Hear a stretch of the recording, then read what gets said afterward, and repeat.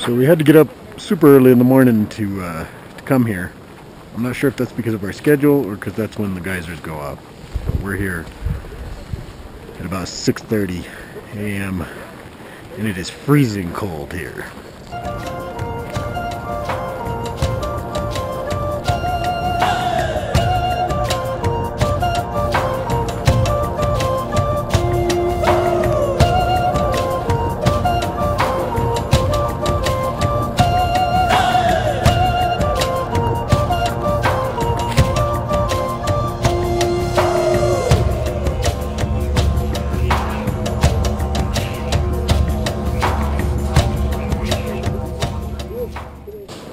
Es muy frío, pero si te acercas a un geyser, es lo más caliente que puedes sentir. What do you think? Frío tú, Carlos, but it's very nice here. Está muy interesante pues aquí en geysers. Steam and water coming out of this rock. Seems to be warmer than the air around us. It's cold. No, you cannot put the smell on the film. That's the only thing. This says to stay safe enough away. I don't know what safe enough away is, but it's to stay a safe distance. As well as reminding visitors that the nearest hospital is very far away, the signs also inform travelers that the geysers form due to contact between cold subterranean water and hot rocks heated by the lower layers of volcanic magma. The boiling water then builds up pressure that releases through the cracks in the Earth's crust, producing geysers up to 10 meters high.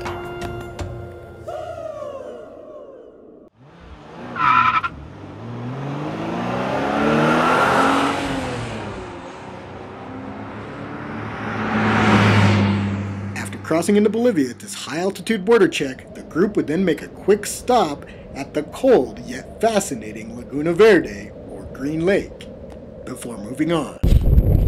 Here we're doing a little repair. Cable of Jeff's truck died. He's fixing it. Of course with duct tape and a Victorinox pocket knife.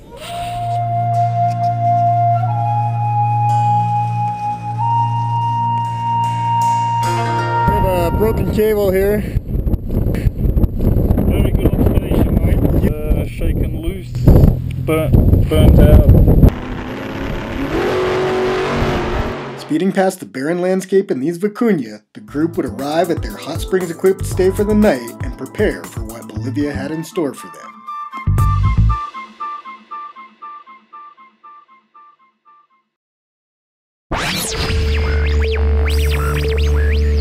Tatio, where we were yesterday, it's actually right over here, the mountain range. I don't know if you saw coming in, you can see that volcano with the smoke coming out, hot pressure coming out from the ground, and from about 300-400 meters down. We have to also let gas out, and Mother Nature has to let her gas out. I've never seen the geysers like blowing out this much steam before here. It's like one of those bad Sean Connery James Bond films.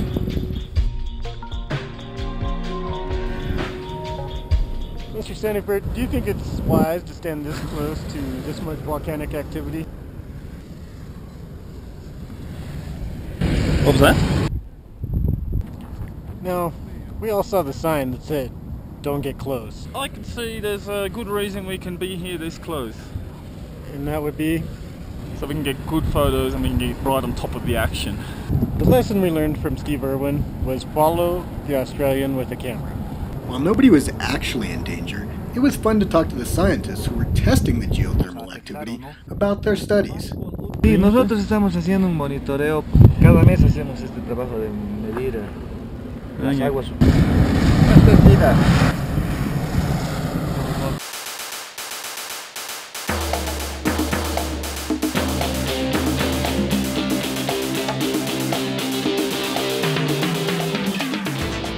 The same organisms within the Laguna Colorado, or Red Lake, that give it its color also give the pink flamingos their reddish-pink color. On the other side of the lake, Stephanie filmed Jeff filming Patricio explaining his brief stay in Tijuana jail. No, no fuimos al cárcel, solo estábamos en el cárcel en abajo.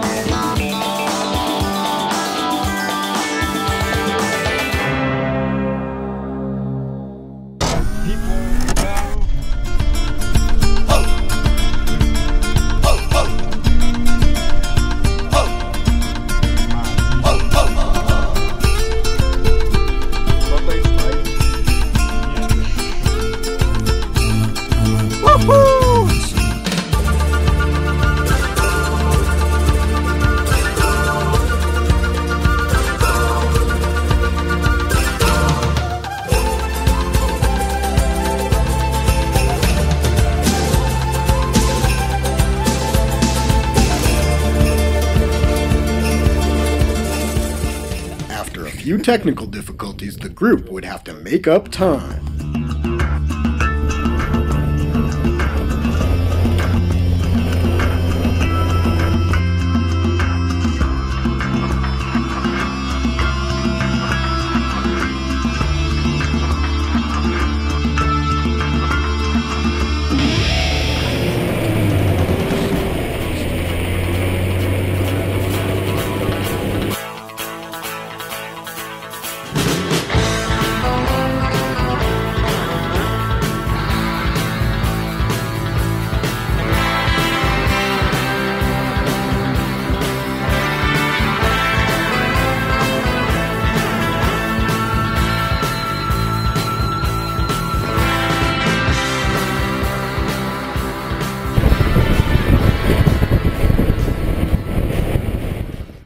That evening, everyone was happy to rest at a comfortable hotel in San Pedro de Quimes before moving on to the rest of the journey. Area, but the legend's pretty much the same, maybe a small variation. But Tunupa, the big volcano we see up the back here in the distance, well, Tunupa used to be a man, as the legend goes, but a very bad man. So the gods made him a woman. That's what happens when you're a bad man, you become a woman. Anyway, so eventually she had a baby, and because she was still a bad person and everything, they took the baby away. And so the breast kept filling up with milk, and eventually it had to go somewhere, and that's what the solar is, the milk from Tunupa. And you can't really see it from here, but in the distance there's another little volcano that's very similar to Tunupa, and this is supposed to be the child of Tunupa.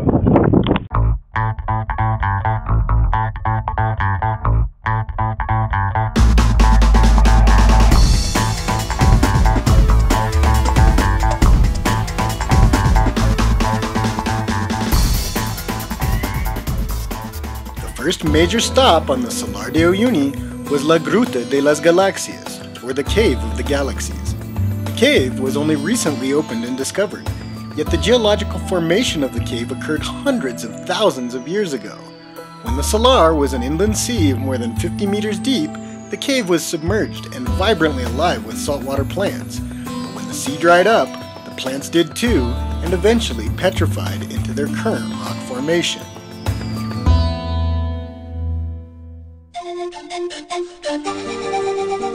Just around the corner of the same hillside is another cave with a similar geological history. This cave, however, has been open for a long time, and at least half a millennium ago, Andean peoples utilized the natural shelter as a sacred burial site.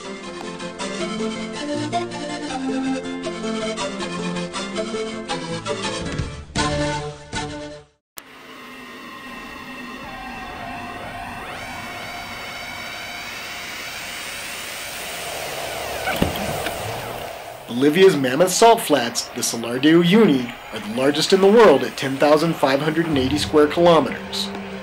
It is the epicenter of the world's largest lithium deposits, but so far there has not been widespread lithium mining.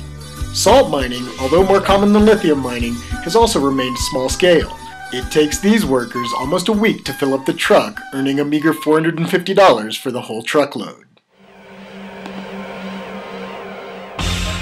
Despite such large surface area, there is only 1 meter difference in altitude across the bright white landscape.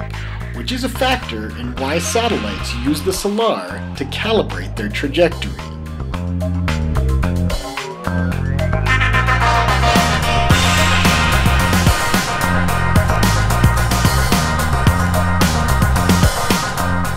While the actual salt flat is eerily devoid of life, the islands, like the one the group would camp at, are teeming with life, including armadillo and Andean cats.